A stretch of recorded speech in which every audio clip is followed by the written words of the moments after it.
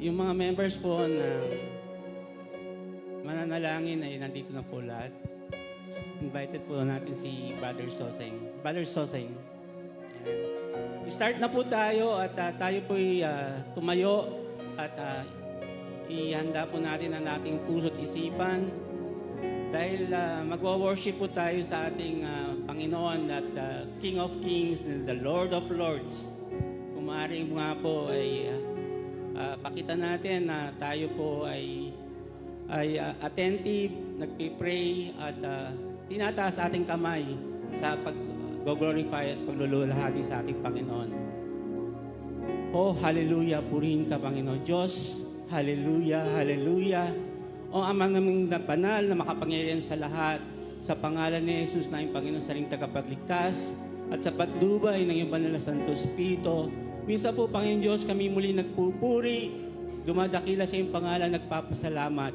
Panginoon, tunay nga po kayo may-ari ng langit at lupa. Nilalang mo po kami, Panginoon, in your likeness, Panginoon. At sinugo niyo ang inyong anak upang kami maligtas sa aming mga kasalanan. Panginoon, truly, O God, na nothing is impossible for you, O God. Kayo po may lalang ng lahat ng bagay, Panginoon. Sa iyo po ang richness, glory, and power, Panginoon. Lord, truly, O God, na mahal mo po ang bawat isa, Panginoon. You're the King of Kings, the Lord of Lords. You're worthy to be praised, O God. You are our Jehovah Jireh.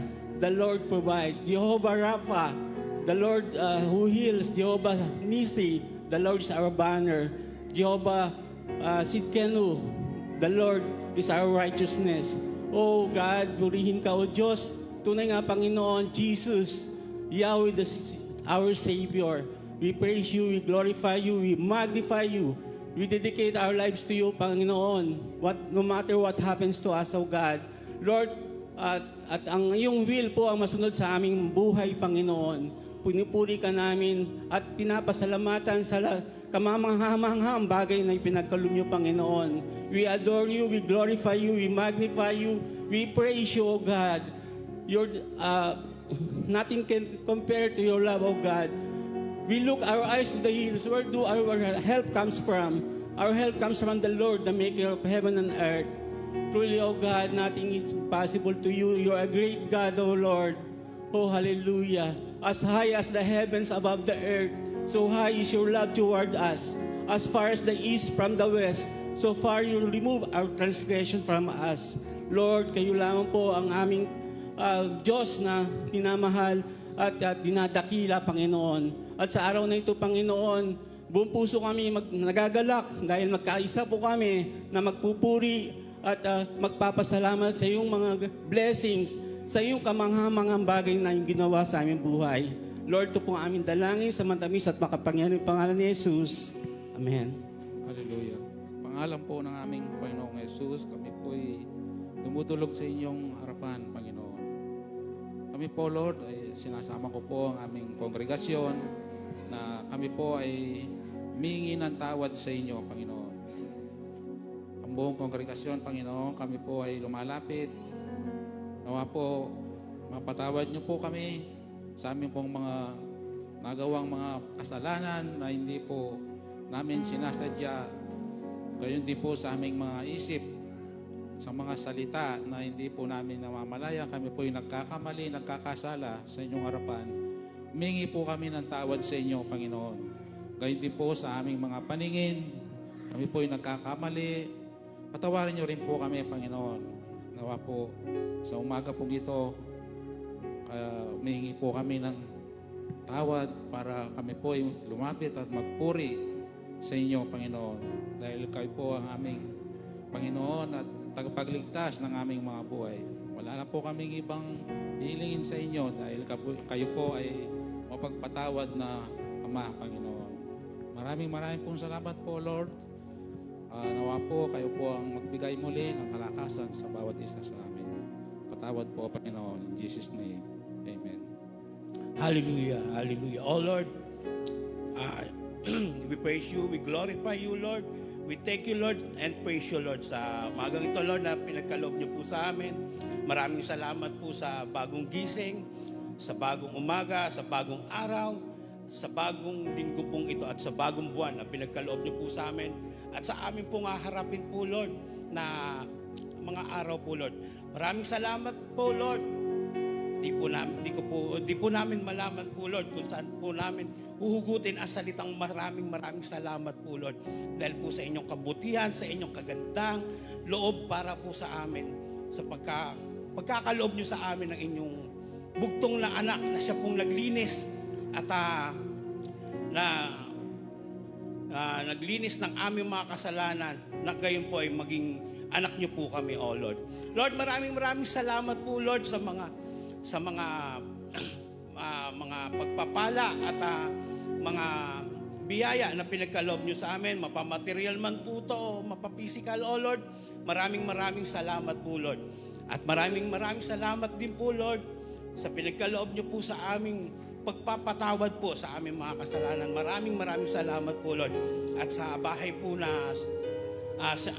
sambahang bahay pong ito, Lord, na pinagkaloob nyo at patuloy nyo pong pinagpapala, O Lord, maraming salamat din po, Lord. At sa mga lahat po ng buhay na dinala nyo po rito, Lord, na siya pong nakikiisa po sa amin pong pananampalataya para sa inyo, O Lord. Maraming salamat po, Lord. At sa mga leaders po namin, sa mga miyembro, sa music team po namin, at sa lahat po ng mga pastors po namin, Lord, maraming salamat po, Lord, sa paggabay nyo na ginawa nyo sila, tagagabay nyo po sa amin. Maraming salamat po, Lord, na hindi po namin malaman po, Lord, ang gagawin kung wala po kayo sa amin, Lord. Maraming salamat po, Lord. Praise you, Lord. We glorify you. We adore you, Lord. In Jesus' name I pray. We pray. Amen. Diyos na makapangyarihan sa lahat, nagpapasalamat po kami sa mga ito, Diyos, sa pagtako niyo po sa amin na may kasiglahan, may kalakasan, na may pangangatawan. Lord, sa umagang ito, dinudulog po namin ang aming congregation na ikaw po ang manguna sa lahat ng aming gagawin sa umagang ito. Maging sa aming mga pastor, Panginoon, na siyang tumatayong leader sa simbahan ito, Panginoon. Ikaw, Diyos, ang magbigay sa kanila ng kalakasan, kalusugan, at pagpalain niyo po sila upang ang mga member na kanilang mga member, Panginoon, na sa sambahan ito, Panginoon, ay maging kapuri-puri, kapakipakinabang ang kanilang mga sasabihin, ang kanilang pangangaral sa amin, Panginoon Diyos. Lord, ingatan niyo po ang aming pastor, pagpalain niyo po sila, maging ang buong congregation, Panginoon, ang lahat ng mga gagawin sa umagang ito, sa aming pagpupuri, sa aming pagbibigay, Panginoon. Ikaw, Diyos, ang magpala sa bawat kamay na magbibigay ayon sa kanilang kaloob, ayon sa kanilang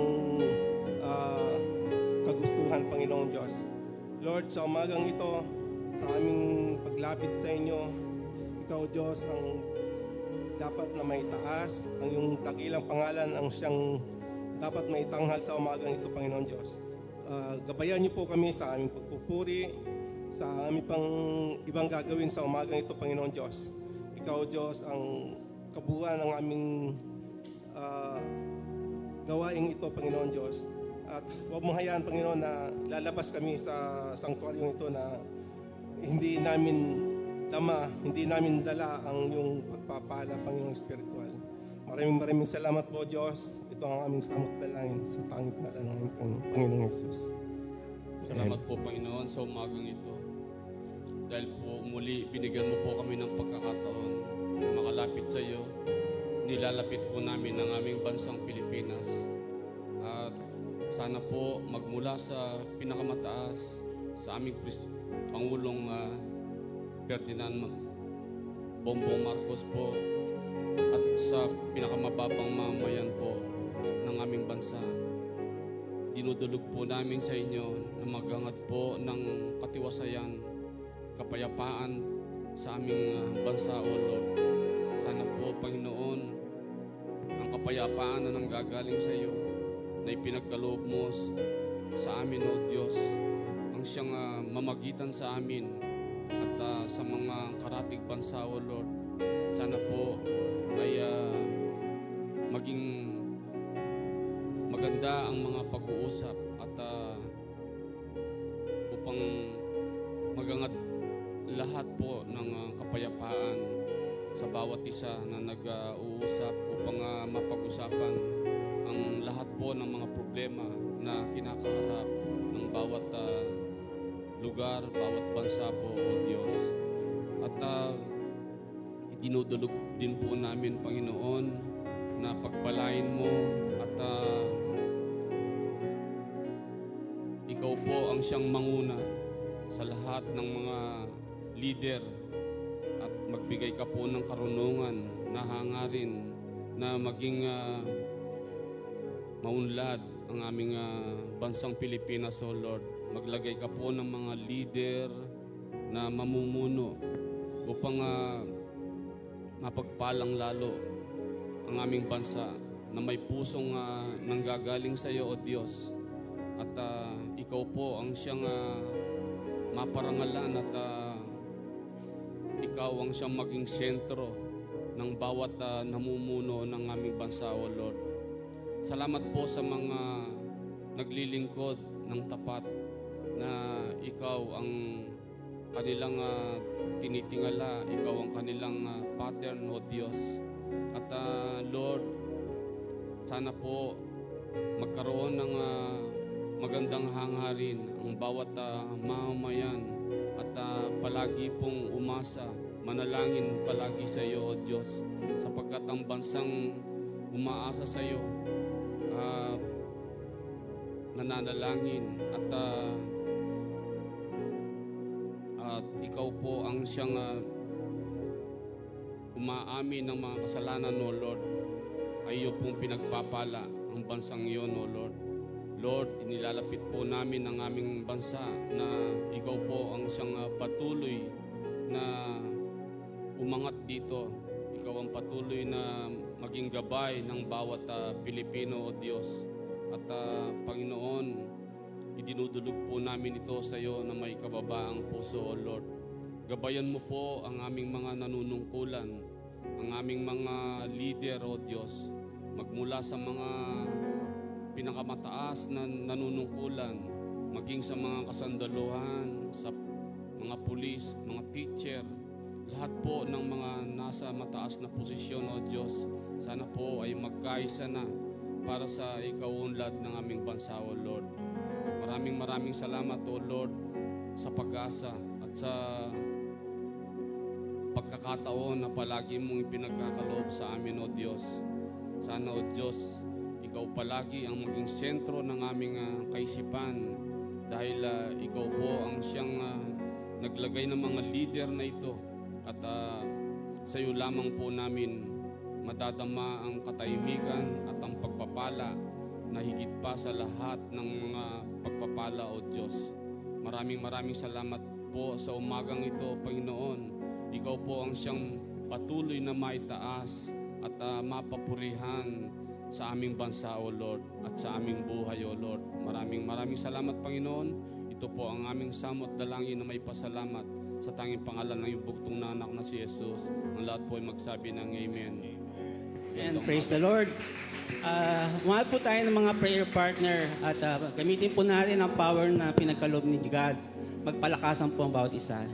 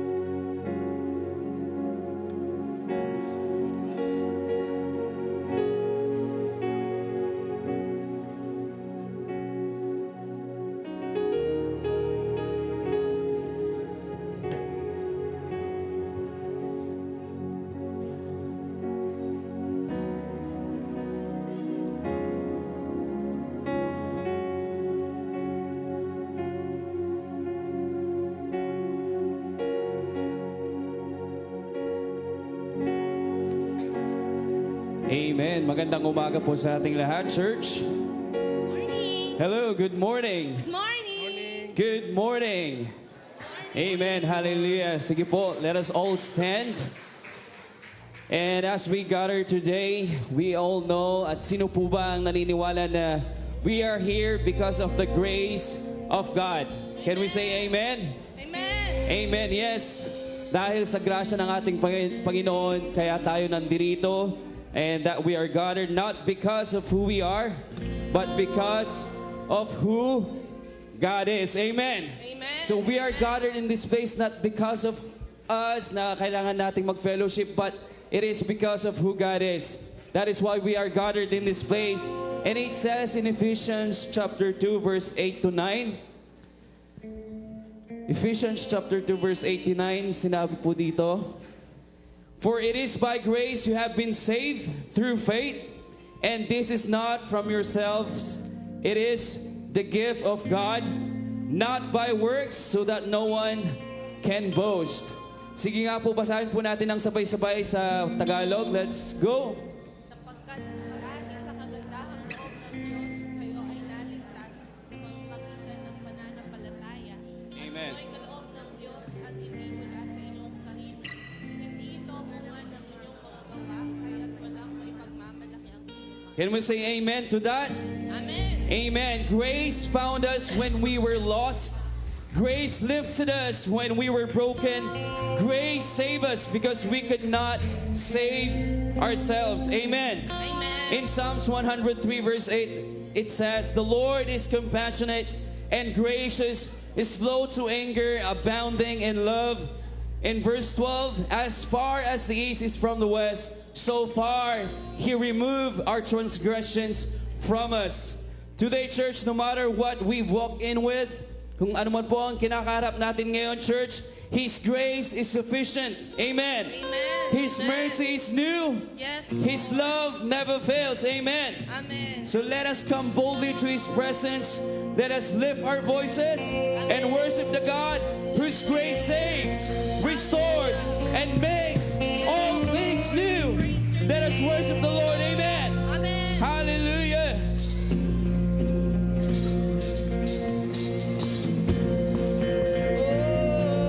Oh, it is by your grace, oh God. Amen.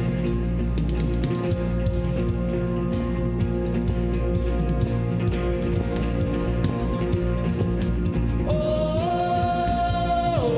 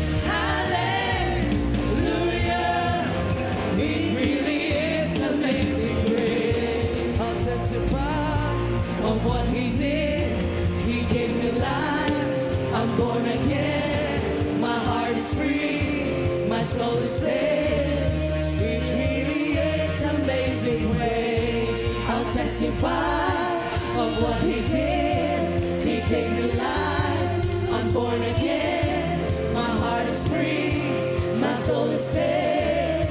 It really is amazing grace. It really is. It really is. It really is. It really is amazing grace. It really is. It really is. It really is. Sing hallelujah, hallelujah. There's no chains on me. Thank you, Jesus. You have set me free. Welcome me in. Call me by name. You were standing by sin. Now I'm dancing on that grave. Hallelujah. It really is amazing grace. It really is. It really is amazing grace. It really is. It really is amazing grace. Yes, God. Amen. Hallelujah. It really is your amazing grace, oh God. Lord, thank you, Father, for grace and mercy Yes, Lord. that we are experiencing every day, every moment that we wake up, oh Lord God. Thank you so much for you have given us life. And Lord, this morning we just want to come to you with a humble heart.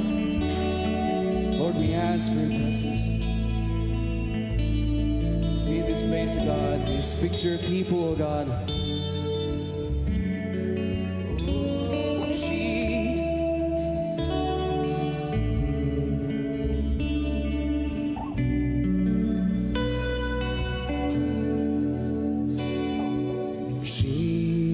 Jesus, beautiful Savior,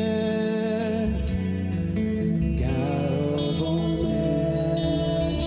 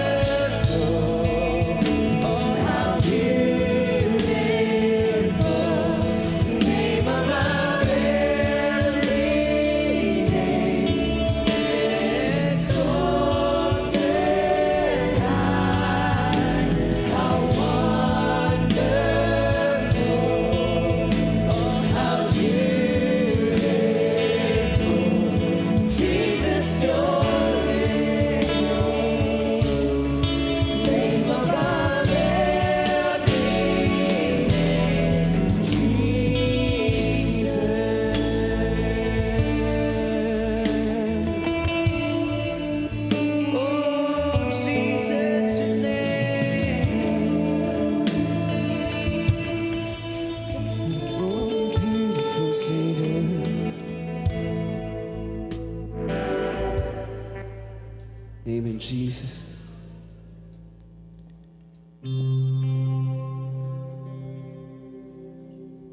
Lord, we worship you, God.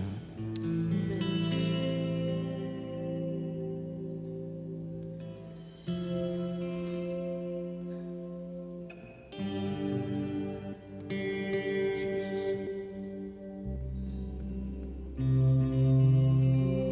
Jesus, I hear the Savior say, thy strength indeed is small. Child of weakness, watch and pray. Find in me thine all in all.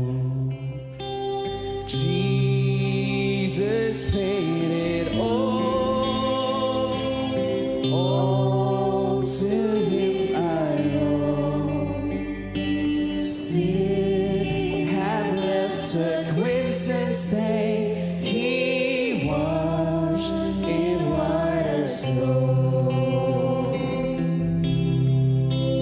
Lord, now indeed I find thy power and thine alone can change the leper's spots and mend the heart of stone.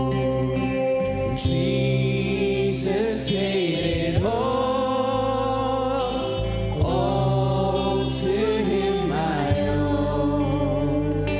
Sin had left a crimson stain, he washed it white as snow.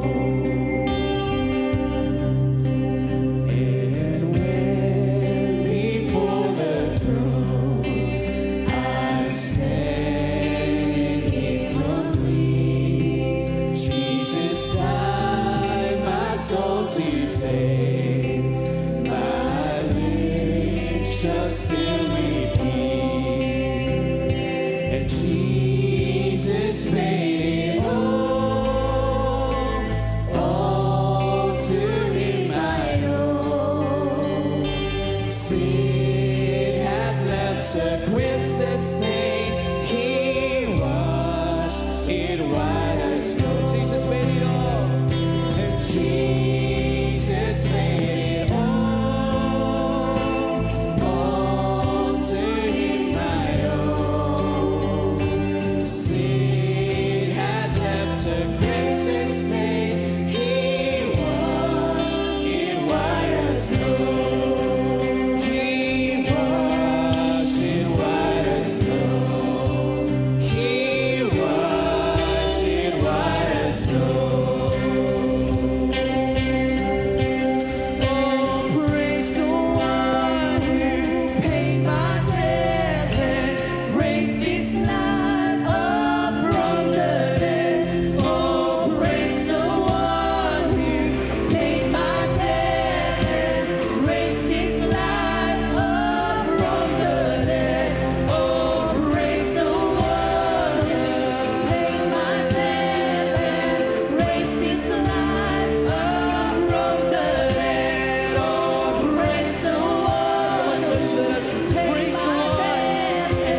Raised this life up from the dead. Oh, praise the one who paid my debt and raised this life up from the dead. Oh, praise the one who paid my debt and raised this life up from the dead.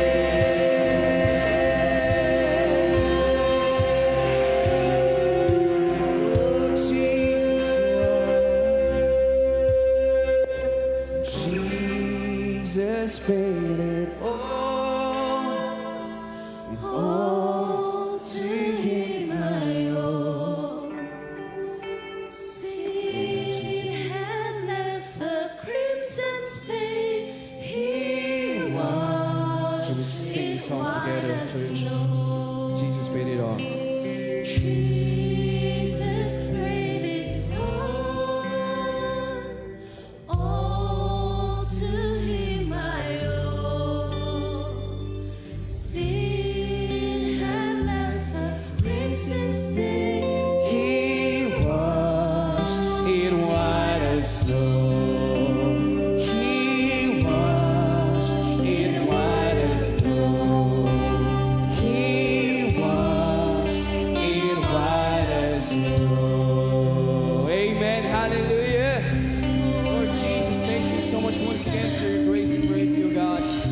God alone the glory, honor, and praise. In Jesus' name, amen and amen. Hallelujah.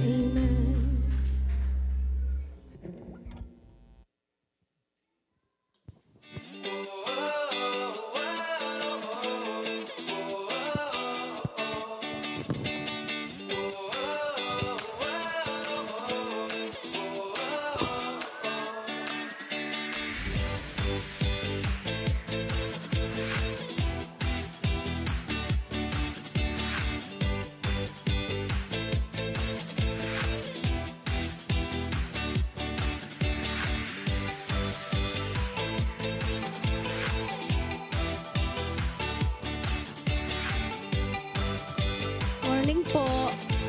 Punta naman po tayo sa pagbibigay kay Lord. Na-bless po ba ang lahat? Ay. Makipagbukas po tayo sa 2 Corinthians po, 9-7 po.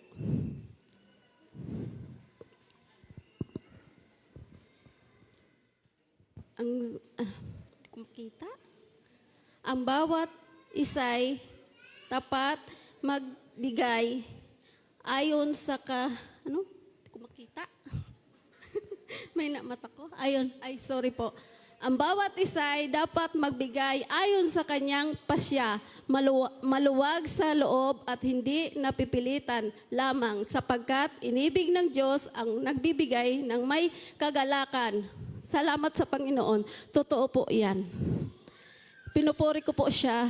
Alam niyo po, ang sarap po magbigay na hindi lang po basta. Kailangan po bukas sa loob po ang pagbibigay sa Kanya. Kasi siya po ang lahat nagbibigay. Alam niyo po, sa totoo lang, noon, nag-aaway pa kami ng mister. Sabi niya, bigay ka ng bigay. Wala na mabalik. Sabi ko, binibigay ni Lord at sobra-sobra. Alam niyo po, pinag-pray ko po siya. Dininig ni Lord. Alam niyo po, siya pa mismo nakahanda na yung pambigay mo kay Lord, sabi niya. Kaya salamat sa Panginoon dahil dininig po niya sa Isa lang po din ako, nakipagtrabaho, nakipaglaba. Tapos nagtitinda po ako ng mga gulay. Tapos nakaano na po talaga yung para kay Lord. Kasi siya lamang po talaga na ang sarap po magbigay. Lalo na po pag nagbibigay kang masaya, para yung pakiramdam mo, lahat ng problema ay nawawala. Hindi po hadlang ang pagbibigay kay Lord. Karapat-dapat lang po siyang mapurihan. May balik natin sa Kanya. Kasi po, naranasan ko po noon talaga. Isa rin po ako nagtataka. Ano po ba talagang pagbibigay? Alam niyo, nung naranasan ko magbigay sa maliit sa malaki, naranasan ko. Kahit wala na po ako, binigay ko kay Lord. Pagbalik ko po, alam niyo, sobra-sobra ang pagbigay ni Lord. Siksik-liglig, umaapaw po. Kaya salamat sa Kanya. Sa Kanya ko lamang po inaano ang lahat ng kapurihan. Tunay nga po siya na makapangyarihan sa lahat. Walang imposible po pag sumunod tayo sa Kanya na ayon sa kalooban. Maraming salamat po. Atin pong ipagpipre po yung ating yung tithes. Lord, salamat po sa biyayang iyong pinagkaloob sa amin. Maraming salamat po. Naway iyong pagpalain po ito, Lord. At sa muli po, Lord, marami pa pong darating sa bawat isa sa amin. At pagpalain mo ang bawat hanap buhay ng bawat isa. Trabaho, negosyo, Lord God Ama, at iba pa, Panginoong Isos. Sa iyo ang kapurihan, parangal, sa tanging pangalan, Panginoong Isos, ang lahat ng papuri ay sa iyo lamang po. Amen.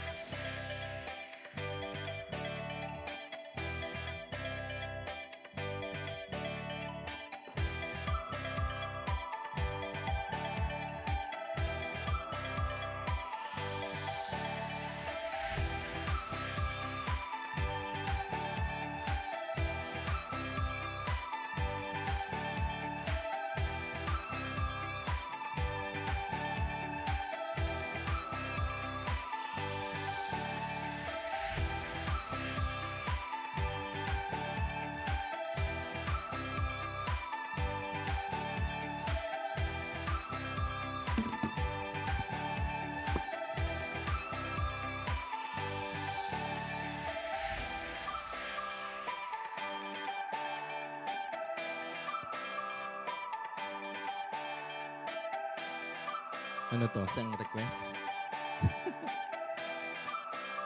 Morning po sa bawat isa.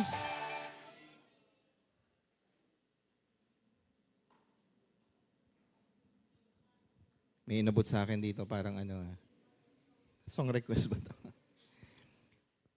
Amen.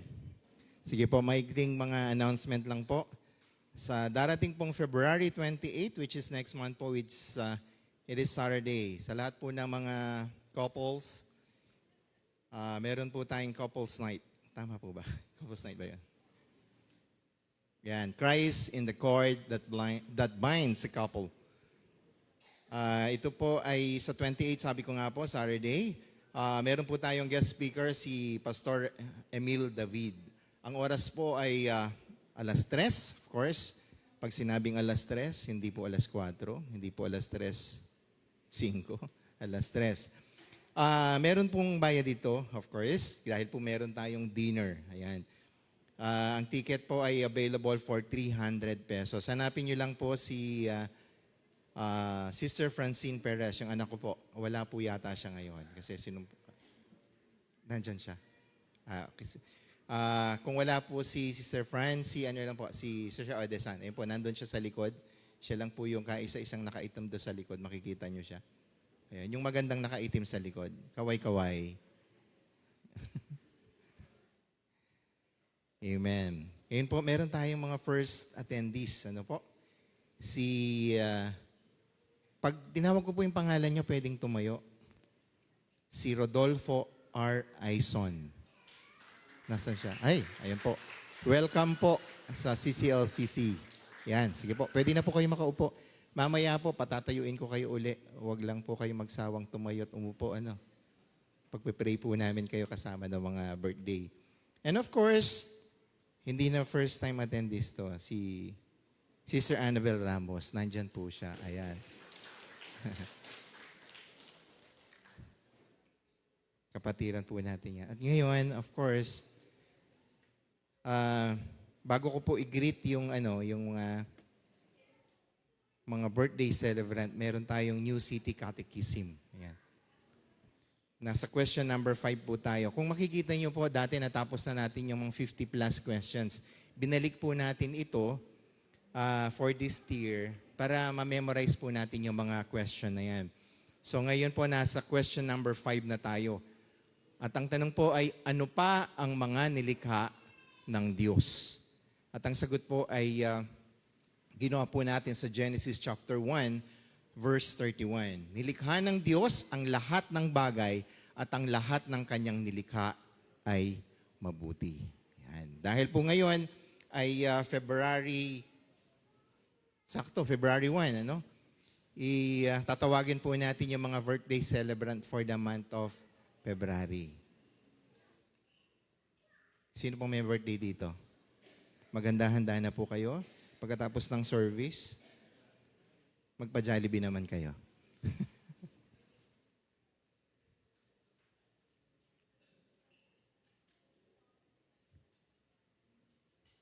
Nawala yung may mga birthday.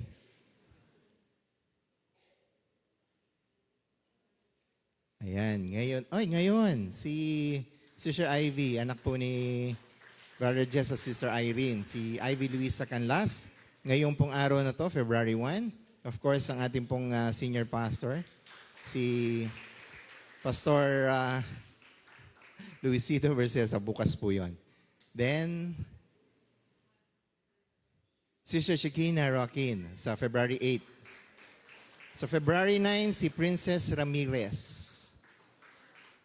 Sa 10, si Toby James Soto.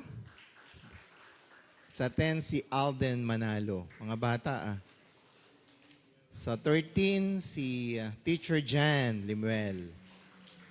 Sa 14, si Chris Hernan Garcia, apo ni Brother Soseng. Sa 15 po, si Bella Luna, anak ni Pastor JB. Sa 20, si Abraham Reglos.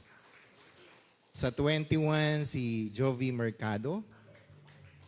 At ang aking mahal na asawa, sa February 22, Jennifer. Sa 24, si Brother Bon Garcia, asawa ni Sir Kate. Sa 24 din po, Sister Maria Dolores Esguera. Sa 26, Si President Marcos? Hindi pala.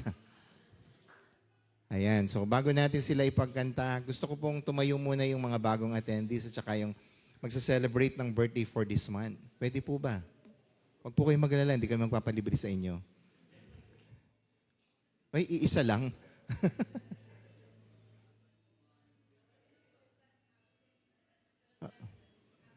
Ay, birthday. Oo nga.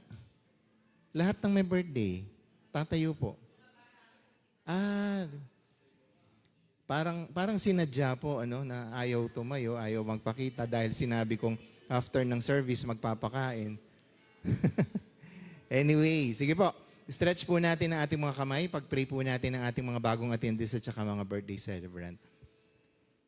Father God, we thank you for today, O Lord God, at sa buwan ng February, O Lord God, sa aming mga kapatid na magsa-celebrate ng kanilang mga kaarawan. Lord, salamat sa kanilang mga buhay na ibinigay nyo at patuloy po niyong gabayan, Panginoon, ang kanilang paglakbay kasama nyo, O Lord. At patuloy nyo po silang i-bless ang kanilang buhay at patuloy nyo po silang bigyan ng kalakasang physical at spiritual, O Lord God.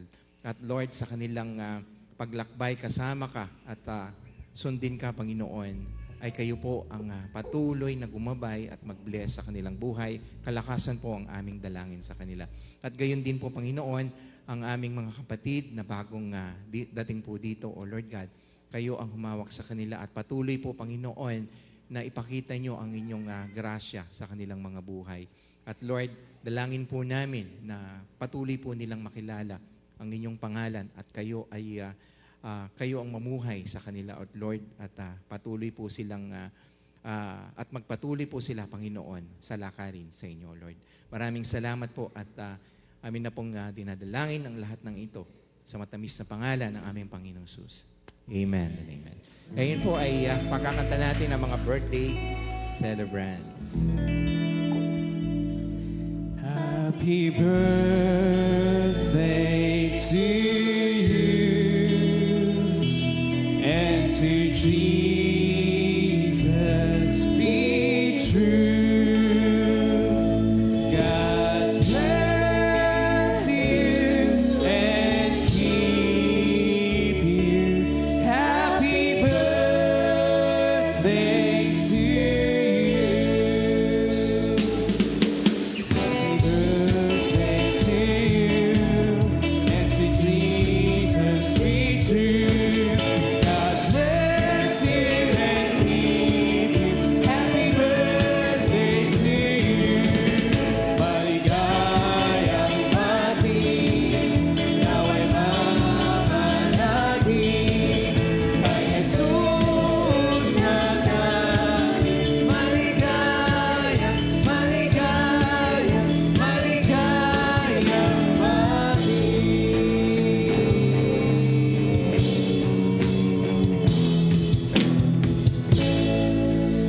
Amen.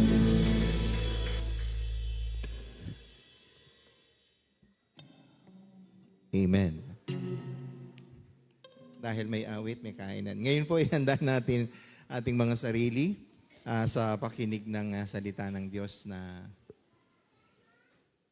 sino po ang mag-aning? Pastor Rom. Ibibigay po sa atin ng ating kapatid at kamanggagawa si Pastor Romel Estavillo.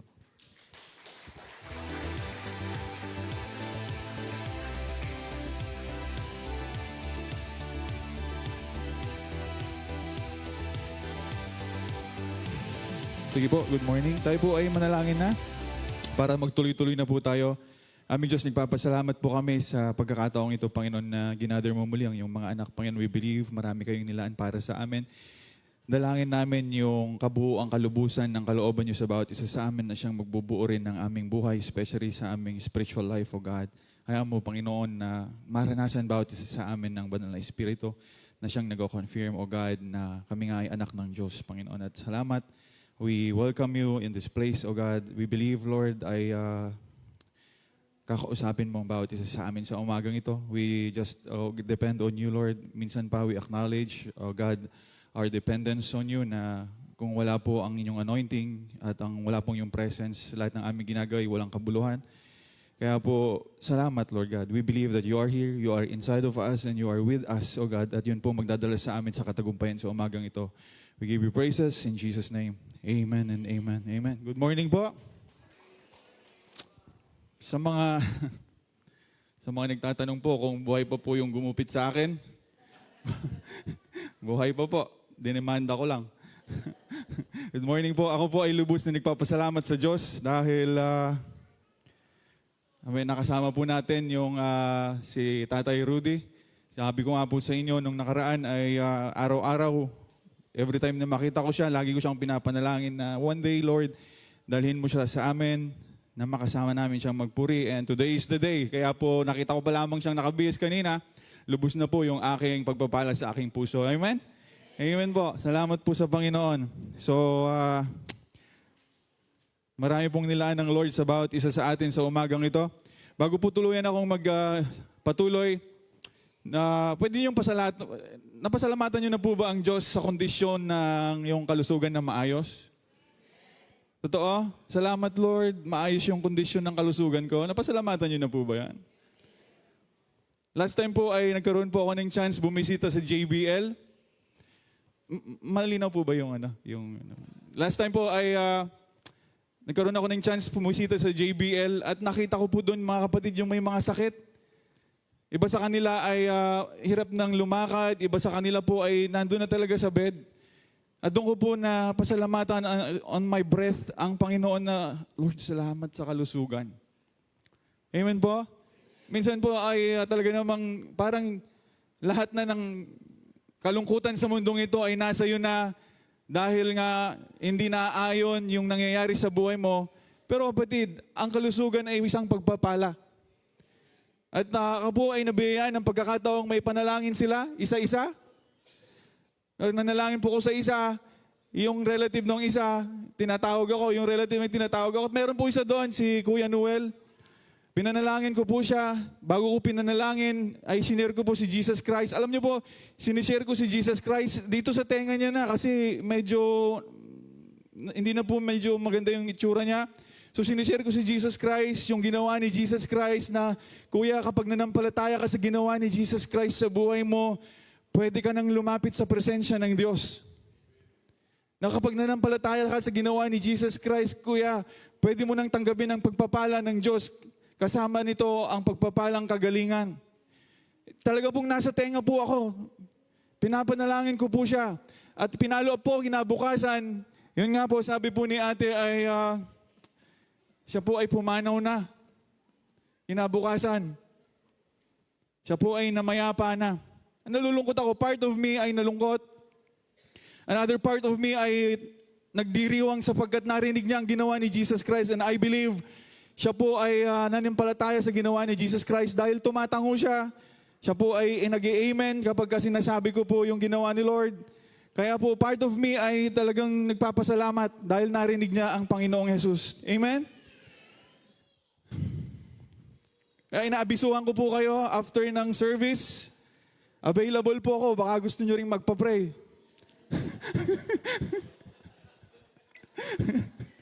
Sige po, tayo po ay magpatuloy na. Gusto niyo po magpa-pray mamaya, wala pong problema. Available po ako. Sino pong gustong mauna, wala pong problema.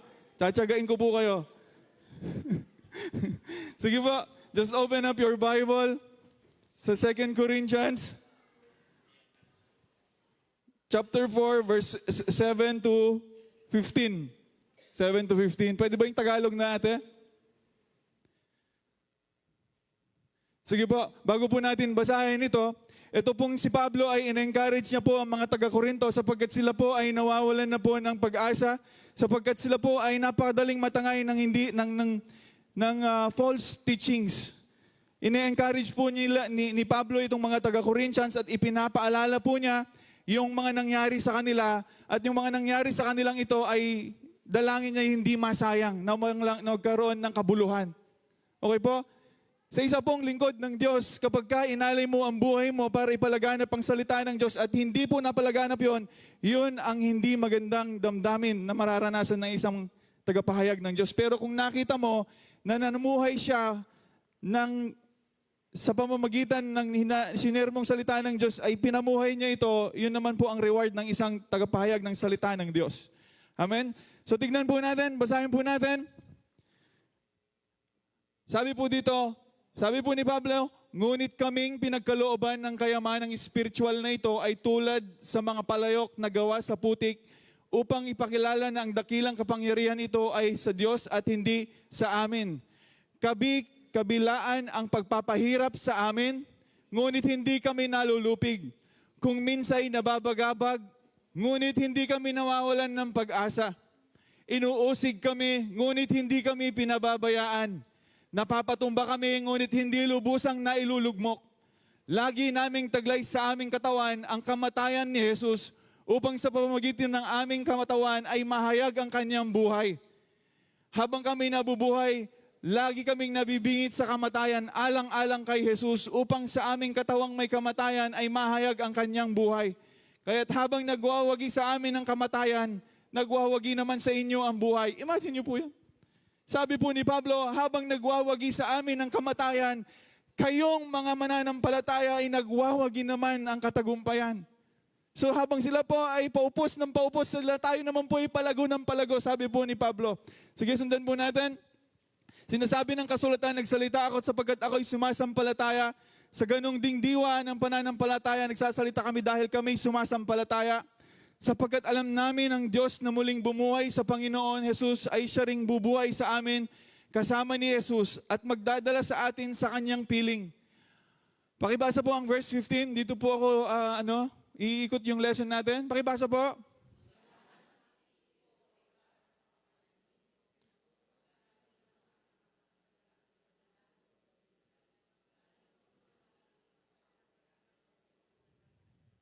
So sabi po ni Pablo, mamaya po, every time na magtatanong po ako ng bakit, sasabihin nyo, para sa kapakanan ko. Pakisabi po. Make it personal. Ano po? Pag tinanong ko kung bakit, sabihin nyo sa sarili nyo, para sa kapakanan ko. Amen? Sabi po ni Pablo, ang lahat ng pagtitiis ko ay para sa kapakanan ninyo. Pero teka muna mga kapatid. Tuloy-tuloy po. Maikli lamang po ito. Napakaikli lamang. Sabi po ni Pablo, ang kanilang daw pong buhay ay parang palayok. Palayok po mga kapatid, sino po nakakita ng palayok? Yung palayok po mga kapatid, ay yun daw yung parang buhay nila at yung palayok na yun ay doon inilalagay yung kapangyarihan ng Diyos upang makita yung kapangyarihan ng Diyos. Sila po ay nahihirapan, pero ang kapangyarihan po ng Diyos ay lalong namamayagpag. At ang sabi po na Pablo sa conclusion niya, doon sa pinaka-last part po niya, sabi po niya, ang lahat ng pagtitiis ko ay bakit? Para saan? Para sa kapakanan ko, kapakanan ninyo. Nasusundan po ba ninyo? Sino ba ang kausap dito mga kapatid? Ay ang mga mananampalataya ng Korinto. Yun din ang pangungusap sa bawat isa sa atin na kung ano man ang nangyari sa mga disipulo kay Pablo, ay yun ay para sa kapakanan natin. Amen po? Ngayon, i-highlight lang po natin mga kapatid, ano po ba ang nangyari sa mga early Christians, sa mga early disciples of Jesus Christ? Baka ma-shock po kayo. Basahin po natin. Ito po ay sinearch ko lang. Hindi ko naman po sinearch ko lang kung ano po nangyari. How did the early disciples die? Basahin po natin. Si Peter daw po ay crucified upside down. Pabaliktad po siyang crucify. Si Paul po ay pinugutan ng ulo. Si James killed by a sword. Si Andrew crucified on an X-shaped cross. Si Philip crucified on a tall cross. Matthew died as a martyr. Si Thomas po killed by a spear. Si James beaten to death by a club. Tingnan niyo po mga kapatid. Nakikita niyo po ba? Ito po ang mga disciples na ito na nagpahayag ng magandang balita patungkol sa Panginoong Yesus. Ano po ang sinapit ng kanilang buhay? Hindi po magandang sinapit ng kanilang buhay. Sila po ay namatay ng walang respetong pagkamatay. Andyan ba po kayo? Sino pong gustong mamaya pa ng ganito? Ibiting kang patiwari. Ayaw ko po. Pero itong mga taong ito mga kapatid, for the sake na maipalaganap ang salita ng Panginoong Yesus, sila po ay nahirapan. Iba sa kanila ay nagdusa at namatay. At kung tatanungin ko kayo kung bakit, para saan?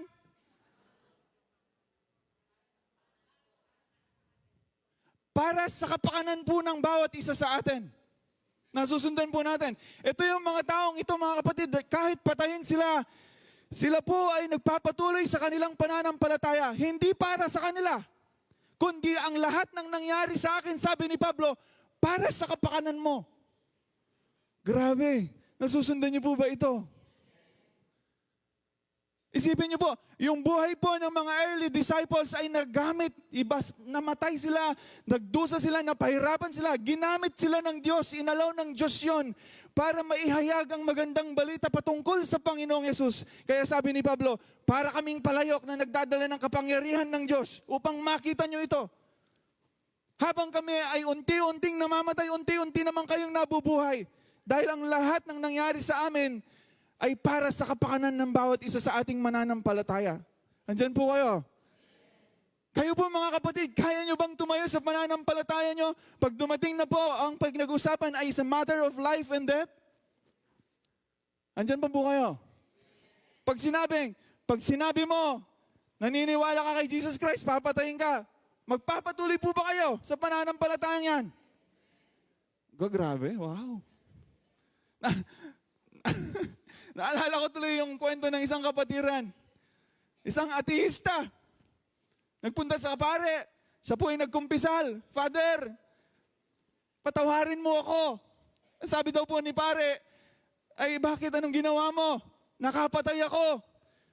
Bakit ka pumatay? Sabi po ni pare. Kasi po sabi ko walang Diyos. Pinagpipilitan niyang may Diyos. Kaya pinatay ko. Sabi po niyang tao. Tapos tinanong niya po yung pare, kayo po ba'y naniniwalang may Diyos? Sabi niya sa pare. Sabi po ng pare, oo, noon. Pero ngayon hindi na. ang usapan po dito mga kapatid, will you stand on your faith? Pero sila po mga kapatid, alam niyo po nang binabasa ko, wow, tiniis lahat nila yon mga kapatid. Grabe, tiniis lahat nila yon. At ang Diyos, kahit masakit sa Diyos, napahirapan itong mga disipulong ito. Inalaw ng Diyos yon. Para saan? Para sa kapakanan ko. Nasusundan po natin. Pero hindi lang po yan nagtatapos ang ating pong pinag-uusapan. Ang mga disipulo po mga kapatid ay namatay, nahirapan, na ipinapalaganap ang ginawa ng Panginoong Hesus. Ngayon, tignan po natin, hindi lang yon. Kasama po ng kwentong ito ay ano ba ang ginawa ng Panginoong Hesus? Akala ko po ay mahaba, mabilis lang po ito. Ano po ba ang ginawa ng Panginoong Hesus? Sige po, next slide po tayo. Kung babasahin po natin, the suffering, death, and resurrection of Jesus Christ, isa na pong paglalarawan ng nangyari po sa ating Panginoong Hesus in Isaiah 52 verse 14. Pwede ba nating buksan? Bakibasa po. Marami ang nagulat nang siya'y makita dahil sa pagkakabugbog sa kanya, halos hindi makilala kung siya ay tao. Alam mo, the clear picture kung ano po ang nangyari sa Panginoong Hesus on His suffering, mga kapatid. Ano pong nangyari? Ito po ang sinasabi ni Isaiah. Sa pagkakabugbog po niya, halos hindi na po makilala kung tao pa siya. Yung ang baboy, tsap-tsapin mo, makikilala mo pang baboy eh. Pero yung nangyari po sa Panginoong Hesus, mga kapatid, halos hindi na makilala kung tao pa. Ngayon kung tatanungin ko kayo, bakit niya inalaw yan? Para saan? Ano pa po ang nangyari sa Panginoon, mga kapatid? Basahin po natin sa Mateo 27. Tinignan, bago po siya i-crucify, si Jesus ay dinala ng mga kawal ng gobernador sa palasyo nito at nagkatipon ng buong batalyon sa paligid niya. Siya'y hinubaran nila at sinuotan ng isang balabal na matingkad na pula. Kumuha sila ng matinik na baging, ginawa itong korona at ipinutong sa kanya. Pagkatapos, pinahawak sa kanya ang kanang kamay ang isang tangkay ng tambo. Siya'y niluhod-luhuran nila at kinutya ng ganito, mabuhay ang ari ng mga Hudyo. Siya'y pinagduduraan ni panila, kinuha nila ang tambo at ito'y inhampas sa kanyang ulo. Matapos kutsain, hinubad nila ang balabal at muling sinuotan ng sarili niyang damit pagkatapos inilabas siya upang ipako sa krus. Imagine niyo po yan. The Creator of heaven and earth. Siya po ay nagkatawang tao, mga kapatid. Sa kanyang pagdurusa, anong ginawa sa kanya? Pinagtawanan siya, ginawa siyang katatawanan. Pinalo siya ng tungkod. Sinampal siya, tinadyakan siya, dinuraan siya. Sa atin po, mga kapatid, ang maduraan, suntukin mo na lang ako, huwag mo na lang akong duraan. Mas gusto ko pang suntok. Ay, wala po akong gusto sa dalawa. Pero mas katanggap-tanggap po na masaktan ka na lang. Physical. Kaysa yung duraan ka, dalawa po yun. Masasaktan kang emosyonal. Malalagay ka sa kahihiyan. Pero ang Panginoong Jesus, kapatid, imagine niyo po yun. Duraan mo ang Diyos. Pero bakit inalaw niya po yun? Ano pong sagot? Ito po ang ating pong pinag-uusapan na pinipreach po ng mga disipulo na siyang dahilan ng kanilang pagkamatay. Ano pa po ang nangyari, mga kapatid, sa kanila? Basahin po natin sa Panginoong Jesus, Romans 4:25. Sufferings, death, and resurrection of Jesus Christ. Romans 4 verse 25. Siya'y ipinapatay dahil sa ating mga kasalanan at muling binuhay upang tayo'y mapawalang sala. Tingin po kayo sa akin.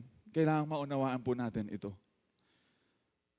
Mahalaga po na maunawaan ninyo bakit ang Panginoong Jesus ay nabuhay muli. Sa atin po, mas matindi po yung nasa isip natin na ang Panginoong Jesus ay namatay para sa atin. Maganda yon.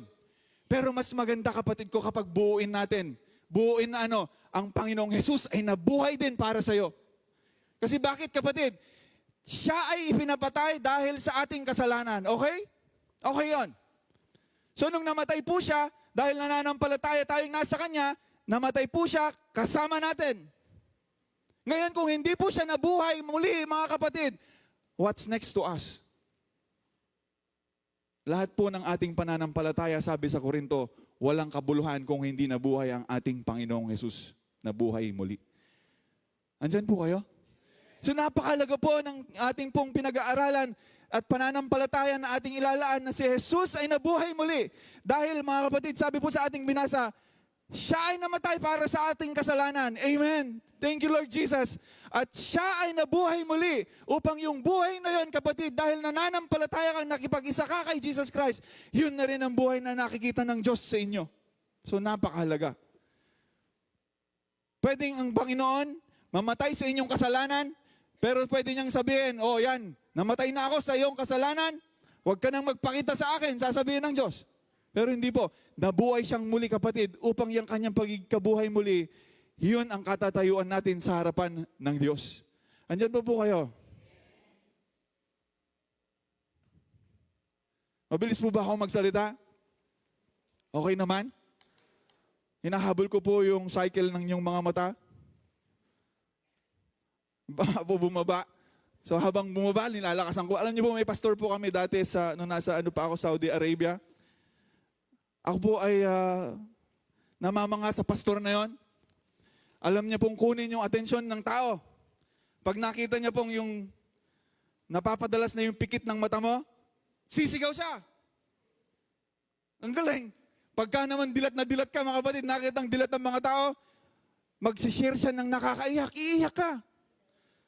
Pagka yung mga tao po ay talagang lugmok, medyo nakaiyak na, sisingot-singot na, babanat siya ng nakakatawa, tatawa na naman kami. Sabi ko, grabe yung speaker na ito. Kaya niyang kunin yung attention mo. Amen po? Bakit ko po nasabi yun? Sige, tuloy-tuloy po tayo. So ulitin ko pong muli, ang mga disipulo po ay nahirapan. Sila po ay mga iba sa kanila ay namatay sa pagpapahayag ng magandang balita para sa Panginoong Hesus. Dahil sa ginawa ng Panginoong Hesus, ano ang ginawa ng Panginoon? Siya po ay nagdusa. Hindi po madali ang kanyang pagdurusa. Siya po ay namatay. Nung binabasa ko po, ano ang kinamatay ng Panginoong Hesus? Alam niyo po? Alam niyo po kung ano yung kinamatay? Physical death. Ano po ang sanhi ng kanyang? Nung binabasa ko po, napakaganda. Yung mga terms, medical terms na hypoxia, na yung hypoglycemia, hypovolemia, lahat na ang gaganda ng pagkaka-explain. Pero kung babasahin niyo po yung Bible, nung natapos na, sinigaw ng Panginoon, it is finished. Tapos hininga niya po yung kanyang last na hininga. Hindi po siya pinatay. Give up niya po ang kanyang buhay.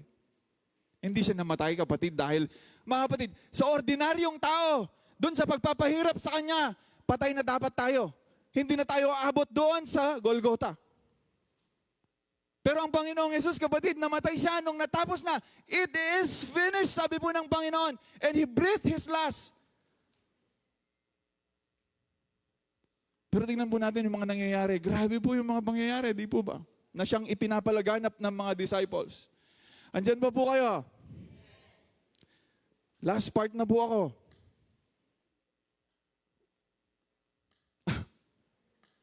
May bagong dating, last part na po ako. Sige po. So nakita po, uulitin ko pong muli, ang mga disipulo, nakita natin kung anong nangyari iba sa kanila. Sila po ay pinugutan ng ulo, siya po ay pinatay ng tabak, sila po ay bitinitin, patiwari. At ang explanation po kung bakit inalaw ng Diyos yun ay para sa kapakanan natin. Amen? Ano po ba ang ipinapahayag nila? Kung hindi naman po sila nagpapahayag ng magandang balita na ginawa ni Jesus Christ, hindi naman mangyayari sa kanila yon. So yung nangyari kay Jesus Christ ay kadugtong ng kwento nila. So nakita natin ang nangyari, the sufferings, the death, and the resurrection of Jesus Christ. Hindi po madali yon. Pero inalaw po lahat ng Diyos yon, mga kapatid.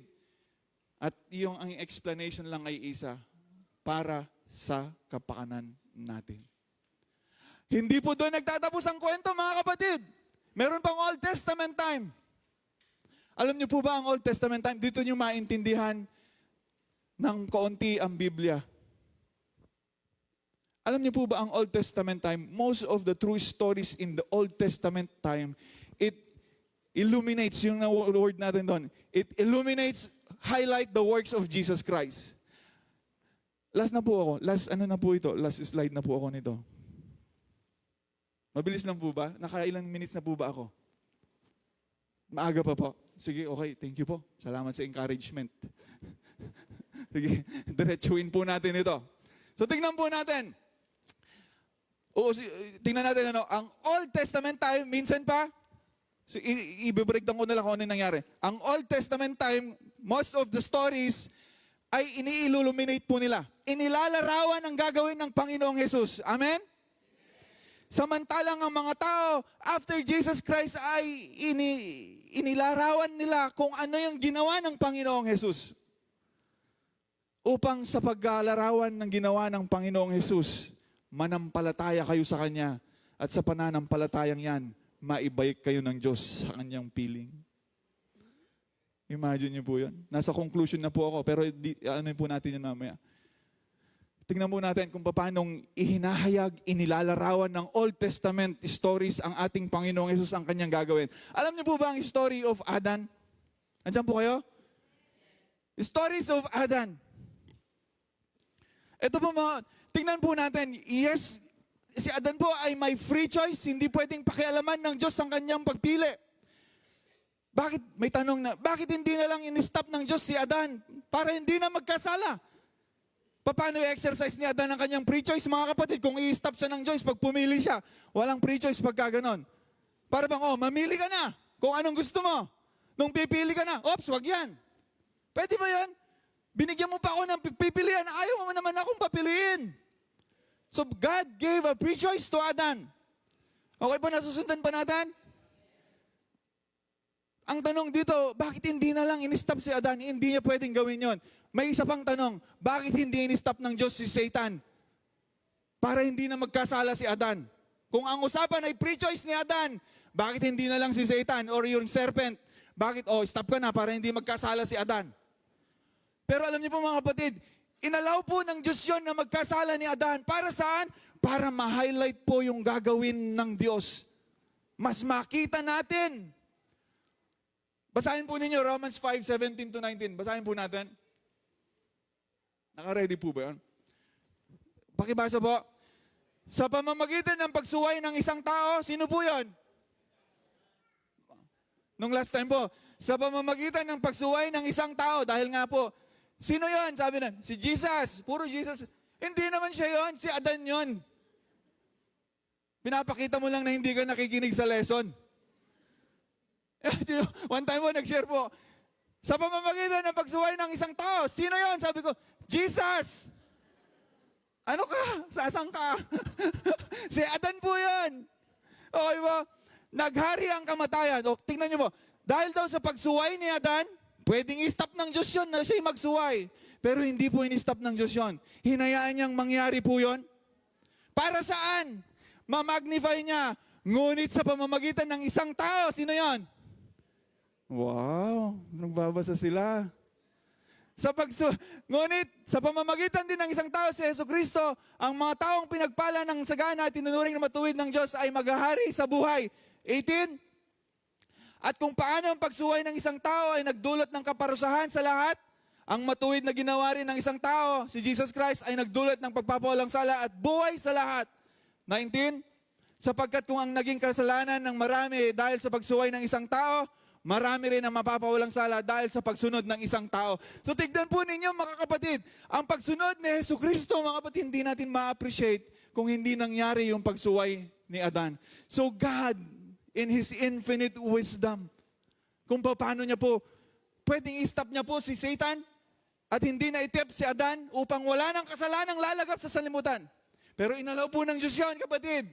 Nakikita niya po yung story dahil sa pagsuway ni Adan, mas mag-glorify ngayon yung pagsunod ni Jesucristo na siyang magpapatawad sa iyo at siyang magbibigay ng buhay na walang hanggan para sa iyo. Amen po? Sino pa po mga kapatid? Yung kwento po ng death of Abel, alam niyo po ba mga kapatid, na hindi lang po basta-basta nangyaring pinatay ni Adan si Abel. Ay, ni Cain si Abel, baliktad. Amen.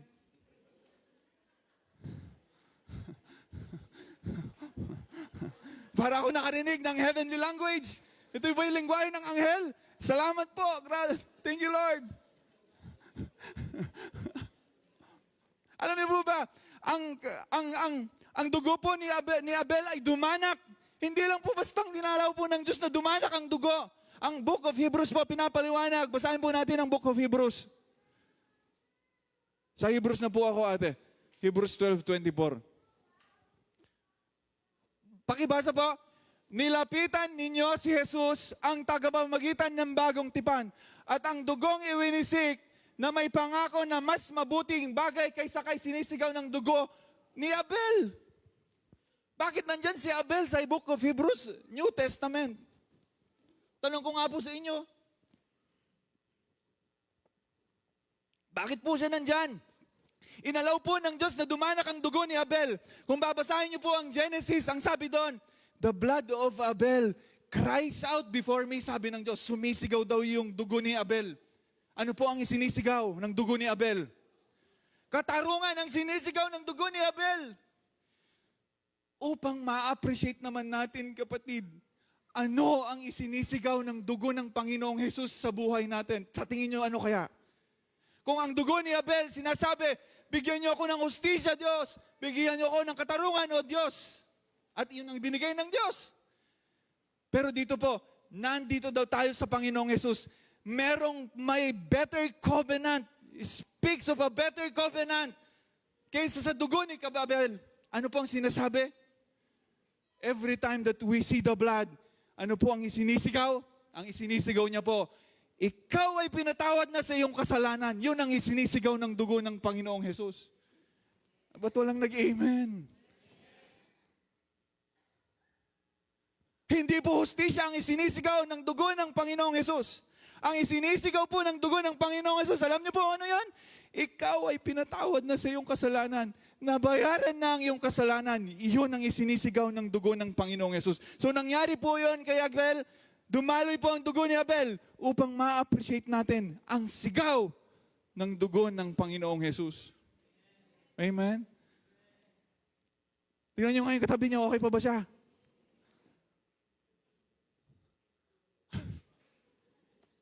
Thank you, Lord Jesus.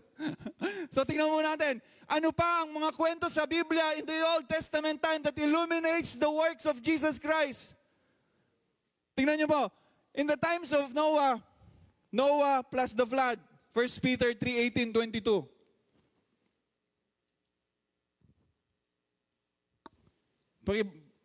Sige po, basahin po natin. Sapagkat si Kristo na walang kasalanan ay namatay ng minsan para sa inyo na mga kasalanan upang iharap kayo sa Diyos. Siya ay pinatay sa laman at muling binuhay sa Espiritu. Sa kalagayang ito, nagpunta siya at nag-aral sa Espiritong nakabilanggo. Sila ang mga Espiritong ayaw sumunod noong matiyagang naghihintay ang Diyos ng panahon ni Noe. Bakit nandyan na naman si Noah? Tignan mo natin, habang ginagawa nito ang daong, doon ay ilang tao lamang ang nakaligtas sa tubig. 20, ang tubig ay larawan. Imagine nyo po.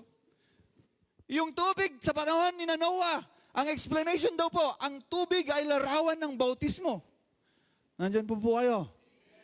So hindi lang po mga kapatid, dumaloy ang tubig kay Noah. Ito po ay larawan ng bautismo. Anong bautismo po yan? Bautismo ang nagligtas sa inyo ngayon. Hindi nito nililinis ang dumi ng katawan. Ito'y pangako ng Diyos buhat sa isang malinis na budi. Inililigtas kayo ng bautismo sa pamamagitan ng muling pagkabuhay ni Hesus Kristo. So alam niyo po, sa panahon po ni Noah, nung binabasa ko po yung sa New King James Version, ang naglagtas, they were saved through the flood. Sabi po, through the waters. Lord, paano yun? Sabi ko. Sila daw po ay naligtas sa pamamagitan ng tubig. Di ba nga tubig ang lumaganap para mamatay ang mga nasa earth? Hello? Ang sabi po sa New King James, pag binasa niyo po, they were saved through the waters of Noah. Oh God, sabi ko, hindi ko maintindihan. Paano sila naligtas ng tubig? Yun pala mga kapatid, niligtas ng Diyos ang mga katauhan, ang sangkatauhan sa pamamagitan ng tubig. Pinatay niya po yung mga hybrid. Namatay po yung mga hybrid. Namatay po yung mga may lahing pasaway na anghel upang mas-save niya po yung lahi ni Noah, the race of humanity. So naligtas po ang lahi ng humanity sa pamamagitan ng tubig. Same, sabi po dito, itong baptism ng tubig na ito, itong pagdaloy ng tubig ay naglalarawan sa bautismong mangyayari sa atin. Ano bang nangyari? Tayo daw po ay natmatay lahat. Saan tayo namatay? Sa katawan ni Hesus Kristo. At nabuhay siyang muli. Si Noah, mga kapatid, ginamit to save humankind. Jesus Christ rose again to save us. Kaya po inilalarawan. Andyan pa po kayo? Sabi ko, ang pinag-uusapan natin sa Bible, sa Old Testament time, paglalarawan po sa ginawa ni Jesus Christ, amen po. Nasusundan pa po ba natin? Sino pa po mga kapatid? Balik tayo doon. Si Joseph the Dreamer, alam niyo po ba, sabi ko nga po sa asawa ko, nung sinishare ko, wala nang mas higit pa na kwento sa Old Testament time that will resemble sa nangyari, kapatid, sa buhay ng Panginoong Jesus. Sino po nakakilala kay Joseph the Dreamer? Malapit na po matapos. Gising na po kayo, malapit na po matapos. Si Joseph the Dreamer po mga kapatid, betrayed by his own brothers. Si Jesus Christ, binetray po siya mga kapatid ng mga kasama niya, ng kasama niya. Hated by his own brother, Jesus Christ was hated by the Jews. Pinagbenta po siya kay Pero. Si Jesus Christ, pinagbenta po siya 30 pieces of silver. Joseph was tempted. Jesus Christ also was tempted. Joseph was put to prison. Jesus Christ was put to prison. Sabi nga ito sa ating binasa. Napunta siya sa kulungan, sa bilangguan. When Joseph rose into power, when Jesus Christ rose into power, nung si Joseph po rose into power, he saved his people. And Jesus Christ, when He rose from the dead, He also saved His people. So hindi lang po basta kwento. Imagine niyo po, si Joseph, ang dami niyang pinagdaanan na pagdurusa rin sa kanyang buhay bago siya po nagkaroon ng kapangyarihan. Pero inalaw po ng Diyos yun. Para saan? Para mailarawan ang gagawin ni Jesus Christ. Naunawaan po ba natin? Sino pa po mga kapatid ang karakter sa Bible in the Old Testament time na nagamit ang kanyang buhay para ilarawan ang gagawin ni Jesus Christ? Si David. Alam niyo po ba si David? Kilala niyo si David? Favorite niyo po ba si David? Hindi po. Alam niyo po ang nangyari kay David? Di po ba, binetray po si David ng kanya pong kaibigan? Andyan pa po kayo? So nung binetray po si David, sabi po doon sa Psalms 41 verse 9, binetray po si David ng kanyang kaibigan. Lubos ako nagtiwala sa tapat kong kaibigan, kasalo ko sa tuwina, karamay sa anuman. Ngunit ngayon, lubos siyang naging taksil na kalaban. So imagine niyo po, yung life ni David, inalaw ng Diyos na siya po ay pagtaksilan. Upang nung siya po ay pinagtaksilan, nagsulat po si David, ako ay pinagtaksilan. Hindi niya po alam yung sinulat niyang yon. It's a prophecy sa gagawin po at mangyayari kay Jesus Christ. Andyan po kayo? Ano ba po mga batid sa ibang Psalms? Yung Psalms ano po?